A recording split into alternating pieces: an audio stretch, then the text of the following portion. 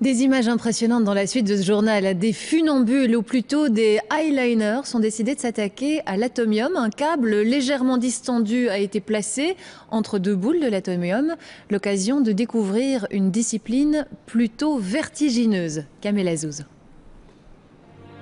Voici des équilibristes de l'extrême. On les appelle des highliners.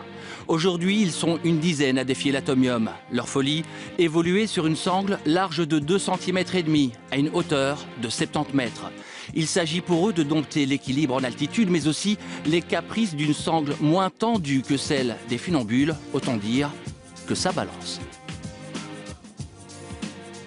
On est très concentré parce que il faut faire abstraction de tout ce qui se passe autour de soi et se concentrer uniquement sur les sensations de notre propre corps et essayer d'amortir les chocs de la sangle.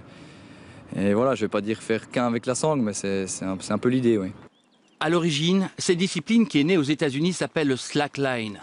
C'est le même principe, sauf que la sangle se situe à plus ou moins 2 mètres du sol. Quoi qu'il en soit, équilibre, concentration et engagement sont les ingrédients d'une satisfaction à en perdre la boule.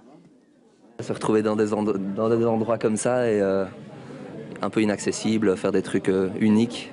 Et puis voilà, une fois que tu arrives à faire une traversée, c'est une satisfaction de fou, quoi. La fatigue se situe à quel niveau? À un moment, voilà, tu n'as plus assez de force mentale pour avoir la bonne concentration. Et à un moment aussi, c'est les épaules, les jambes, les abdos. Ouais, c'est une fatigue vraiment globale, quoi. Vous pourrez admirer ces équilibristes de l'extrême jusqu'à la fin du week-end.